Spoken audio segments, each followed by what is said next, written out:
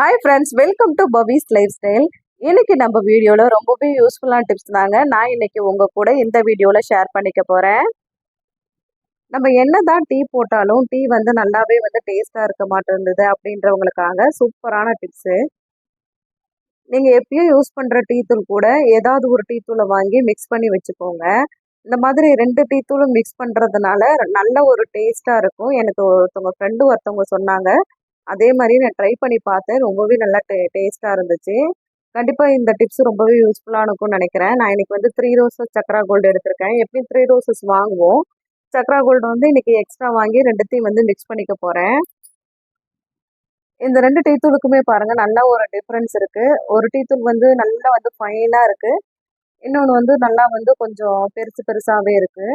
இது ரெண்டுமே வந்து நீங்கள் எப்பயும் ஸ்டோர் பண்ணுற டப்பாவில் போட்டு ஒன்றா வந்து மிக்ஸ் பண்ணிக்கோங்க. இப்போ நான் ரெண்டுமே வந்து 100 கிராம் எடுத்திருக்கேன். இது 2த்தையும் நல்லா வந்து போட்டுட்டு நல்லா வந்து மிக்ஸ் பண்ணிக்கலாம். இந்த மாதிரி நல்லா ஷேக் பண்ணி விட்டிங்கன்னா நல்லா வந்து ஒன்றா மிக்ஸ் ஆகிடும். இப்போ ரெண்டுமே நல்லா வந்து கலந்துருச்சு. இப்போ நான் உங்களுக்கு டீ போட்டு காமிக்கிறேன் பாருங்கள். நல்லா வந்து கலர் வந்து நல்லா திக்காக இருக்கும். பால் நல்லா கொதிச்சுட்டு இருக்கு. இதில் ஒரு 2 ஸ்பூன் மட்டும் எடுத்து போட்டுக்கிறேன்.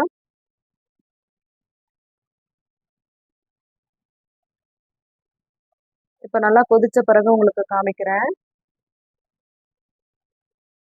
இதில் நீங்கள் வந்து லவங்கம், ஏலக்காய் அது மாதிரி ஏதாவது நீங்கள் உங்களுக்கு பிடிச்சதுன்னா சேர்த்துக்கோங்க. நான் இன்னைக்கு எதுவுமே சேர்க்கல, அப்படியே பிளெயினாக தான் போட்டிருக்கேன். இப்போ வடிகட்டிட்டு உங்களுக்கு காமிக்கிறேன் பாருங்கள். நல்லா வந்து சூப்பராக இருக்குது. அதோடைய ஸ்மெல்லே வந்து நல்லா சூப்பராக இருக்குது. கண்டிப்பாக இது வந்து ட்ரை பண்ணி பாருங்கள். ட்ரை பண்ணி பார்த்து பிடிச்சிருந்துச்சுன்னா உங்களுக்கு அப்படியே ஒரு வீடியோக்கு ஒரு லைக் கொடுத்துருங்க. இப்போ நெக்ஸ்ட் டிப்பை பற்றி பார்த்துடலாம். தயிர் வந்து இப்போ அடிக்கிற வெயிலுக்கு வந்து சீக்கிரமாகவே வந்து புளிச்சு போயிடும். அப்படி வந்து புளிக்காமல் இருக்கிறதுக்காக ஒரு சின்ன டிப்ஸு. ஒரு சின்ன துண்டு இஞ்சியை வந்து நல்லா தோலை சீவிட்டு 2ஆ வந்து கட் பண்ணி எடுத்திருக்கேன். இதை வந்து தயிர்க்குள்ளே போட்டு ஸ்பூனால் வந்து நல்லா வந்து உள்ளே வந்து அப்படியே அமுத்தி விட்டுக்கோங்க. இப்போ இதை மூடி போட்டு அப்படியே வந்து ஸ்டோர் பண்ணி வச்சுட்டீங்கன்னா உங்களுக்கு 2 நாளானாலும் தயிர் வந்து நல்லாவே வந்து சீக்கிரம் வந்து புளிச்சு போகாமல் அப்படியே இருக்கும். இந்த டிப்ஸ் ரொம்பவே யூஸ்ஃபுல்லாக இருக்கும்னு நினைக்கிறேன். கண்டிப்பாக ட்ரை பண்ணி பாருங்கள். இப்போ வர்றது ஆடி மாசன்றதுனால நிறைய வந்து வெல்லம் வந்து யூஸ் ஆகும். சக்கரை பொங்கலுக்காகட்டும், அப்படி இல்லைன்னா வந்து மாவிளக்கு போடுறதுக்கு வெல்லம் வந்து நல்லா வந்து பொடியாக இருந்தால் நல்லா யூஸுக்கு சூப்பராக இருக்கும். அதை வந்து ஈஸியாக வந்து பொடி பண்ணுறதுக்கு ஒரு சின்ன டிப்ஸு. உங்கள் வீட்டில் மைக்ரோவன் இருந்துச்சுன்னா அது ஒரு பாத்திரத்தில் வெல்லத்தை வச்சுட்டு ஒரு 1 மினிட்டுக்கு ஆன் பண்ணி விட்டுருங்க. ஆன் பண்ணி விட்டுட்டு அதுக்கப்புறமா எடுத்து ஒரு சின்ன ஸ்பூன் வச்சு நீங்கள் வந்து அதை உடைச்சாலே ஈஸியாக வந்து உங்களுக்கு உடஞ்சி வந்துடும்.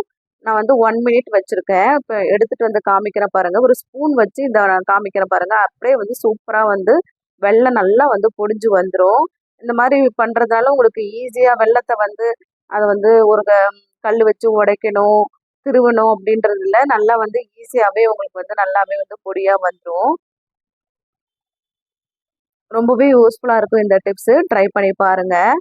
நிறைய வெல்லம் இருக்கிறப்ப நீங்கள் வந்து இந்த மாதிரி செஞ்சுட்டு நல்லா ஆறுனதுக்கப்புறம் ஒரு டப்பாவில் போட்டு ஸ்டோர் பண்ணி வச்சுக்கோங்க. மைக்ரோவேவ் இல்லை அப்படின்றவங்களுக்கு இன்னும் ஒரு டிப்ஸு.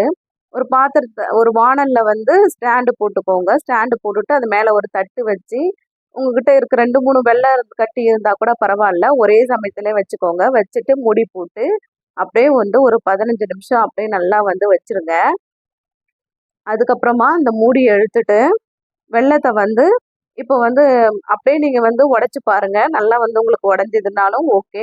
இன்னும் கொஞ்சம் நல்லா வந்து ஃபைனாக கிடைக்கணும் அப்படின்றதுக்காக உங்களுக்கு ஈஸியாக வந்து திருவ வரும். அதுக்காக நான் என்ன பண்ணுறேன்னா இந்த காய் சீவுறதில் போட்டு ஈஸியாக வந்து திருவி வச்சுக்கிறேன். நல்லா வந்து ஃபைனாக உங்களுக்கு பொடியாக கிடைச்சிடும். ஈஸியாக தான் இருக்கும் திருவுறதுக்கு. ரொம்பவே வந்து கஷ்டம் இருக்காது. ஏன்னா வெல்லம் வந்து நல்லா வந்து ஹீட்டில் வந்து கொஞ்சம் வந்து மெல்ட் ஆகிடும். நான் திருவுறப்பே தெரியும் பாருங்கள் உங்களுக்கு. நல்லா வந்து ஈஸியாக வந்து திருவ வருது.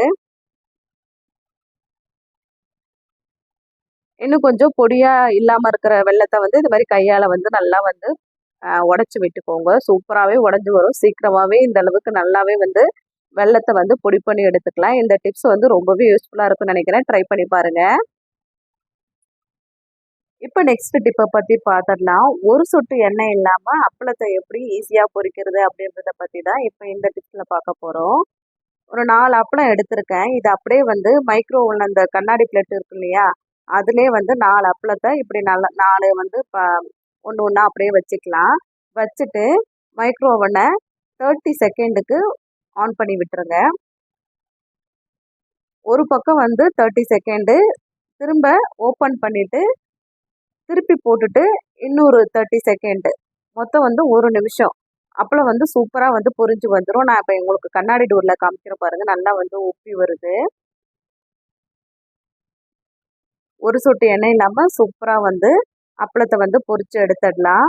தெரியாதவங்களுக்கு இதுக்கு நல்ல ஒரு சூப்பரான டிப்ஸு. நிறைய பேருக்கு தெரியும், தெரியாதவங்களுக்கு இது நல்லா யூஸ்ஃபுல்லாக இருக்கும்னு நினைக்கிறேன். கண்டிப்பாக ட்ரை பண்ணி பாருங்கள். இப்போ முடிஞ்சதுக்கப்புறம் ஓப்பன் பண்ணி பார்க்குறேன் பாருங்கள், நல்லா வந்து சூப்பராக வந்து பொரிஞ்சு வந்திருக்கு. எண்ணெய் இல்லாமலே நல்லா வந்து கிறிஸ்பியாக சூப்பராக இருக்கும். கண்டிப்பாக நீங்கள் ட்ரை பண்ணி பாருங்கள்.